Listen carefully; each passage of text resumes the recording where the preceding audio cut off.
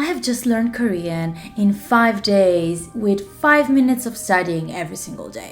Okay, seriously. I am tired of seeing videos where people say you can learn a language in X days. But if you clicked on this video, you saw some Korean stars. Maybe you are very into the Korean culture.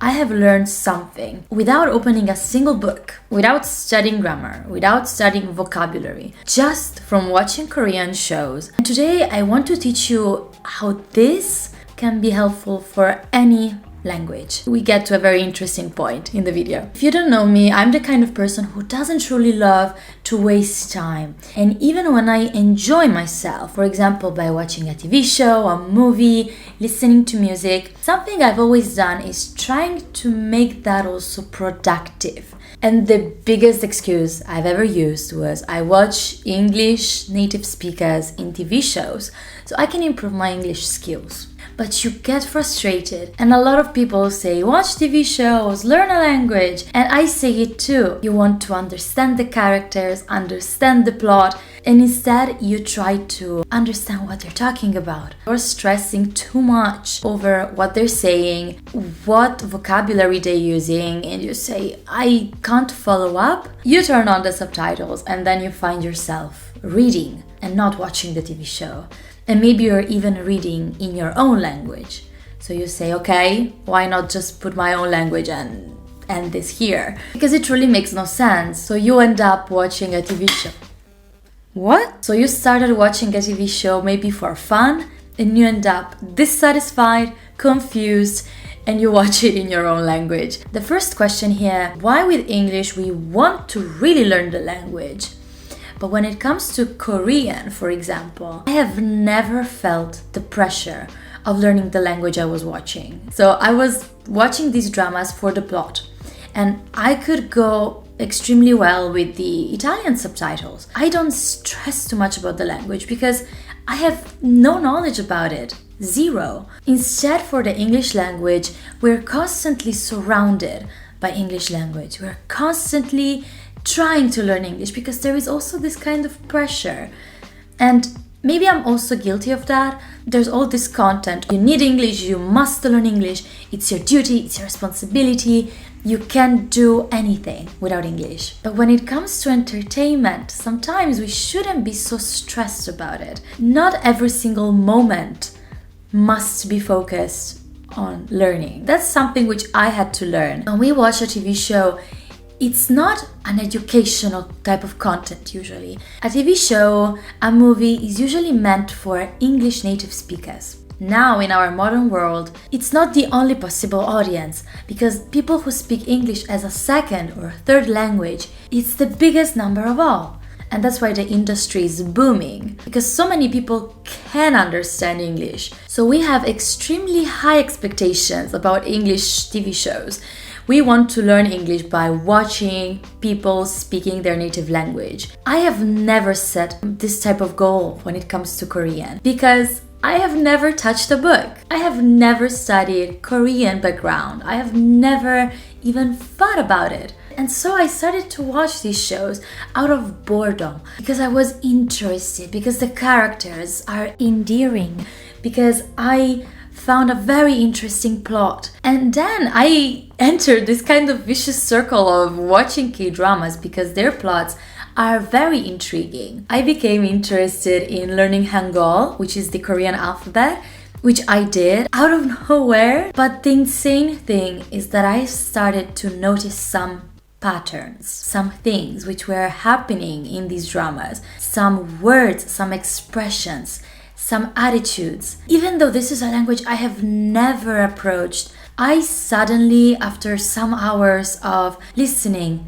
to people speaking, understanding the context thanks to Italian subtitles, I could find some words and say, oh, I know what she's saying, I know what he's saying. I noticed that for different people, there are different registers. Age is important, rank is important because they change how they speak. And this is a feature which Korean language has, and I have learned it by context. They have different ways to say ne, ye. Apologizing, a very frequent word was miane. So I can understand that this is something related to saying sorry, to say thank you. There are 감사합니다, there are 고마워. 고마워 is the one used more frequently for people who are close to each other. So probably it's informal. When a couple loves each other, they say 사랑해. And so literally without any research, any kind of attempt of learning the language. Am I fluent in Korean? No.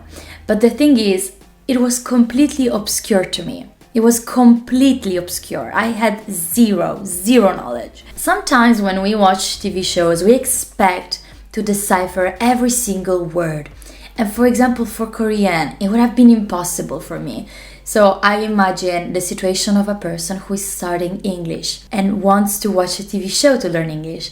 That's terrible advice. Like, how would you do it? How can you understand English if you don't know the single words, you don't know the structure, you don't know what's behind it? But a good thing to do is, for example, trying to watch something and trying to get the context, trying to see the patterns. Some things start to click in our brain. Maybe not the first day, maybe not the second day, maybe after 5 shows or 10 shows. I can't imagine somebody knowing zero English and watching my videos. Even though I speak slowly, I try to use an adequate kind of pace. I know that I use only English, and the structures I use are sometimes for an intermediate speaker, sometimes a pre-intermediate speaker, and sometimes for advanced speakers. So what I do in my videos is, you have subtitles, you can watch the subtitles, and this is for the intermediate and pre-intermediate.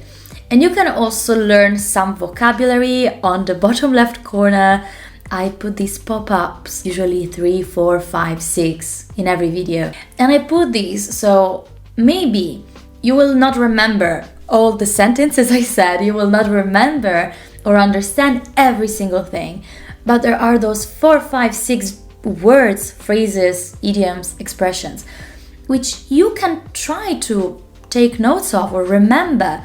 And that's the thing. Small steps. We can get used to the intonation, to the stress, to the musicality of the language. I understood the formal and informal difference with Korean. The suffix aseyo, it's usually more formal. You can say 안녕 and 안녕하세요. But don't stress over learning every single word you hear. It's impossible. It's very difficult. And another point I want to make is, if I'm watching, for example, something with legalese or medical English, if I watch Grey's Anatomy, the difficulty there, it's not just English, it's medical English. Or anything related to courtrooms and legal English or police. In those contexts, there's a different jargon. So it's not just about English, it's about difficult English, specific English. So there's another level of difficulty. So why would you put yourself into the position of, I need to understand everything they say? In those contexts, like even if I watch an Italian TV show, and Italian is my very first language. Febbraio sono mesi folli per uno studente, cioè non so dove andare a sbattere la testa. I would struggle. I struggle to understand specific terms. I am not a doctor. I'm not a lawyer. I can't possibly know all those words. So here's the thing. When you watch a TV show and you want to learn the language, it's also about the level of difficulty you can put yourself through. Instead of being mad about watching the TV show and understanding nothing, you can, for example, put a shorter video on YouTube. Something which you can do is watching a cartoon. I know it's not ideal, maybe you don't want to watch a cartoon, but to try and learn English, that's a very good start, because it's much easier than watching, I don't know, Lost. What I do, for example, for my language learning experience is, if I watch a show to have fun, I watch it. And there's no intention to learn the language. It's just, I want to watch. If I learn something, good for me, but I don't want to be stressed about it. I don't want to be nervous and frustrated when I watch a series. That's my moment of peace and entertainment and of just unplugging and not working, not studying, just chilling. If I learn something, it's a plus, but it's not intentional. But if I want to learn I need to be aware. I need to choose a good source, so I need to choose something which is good for me, which has an adequate level of difficulty. If I choose something which is too hard, frustration is the result. I always have my phone, I have an app which is for taking notes, and I just write down every single word I want to learn. And I will probably make a video about how to learn with TV shows, but this is a video I wanted to make before. We don't always need or want to learn a language when we watch a show, and I wanted to share this experience with Korean because it really blew my mind, and it also made me want to learn more about the culture. So yeah, let me know if you watch K-dramas, and thank you so much for your support. Down below, you must tell me what your favorite K-drama is. I am not a pro, I still have so much to watch, but I'm super excited about it. Gomawo! Sorry for my terrible pronunciation in Korean. Bye!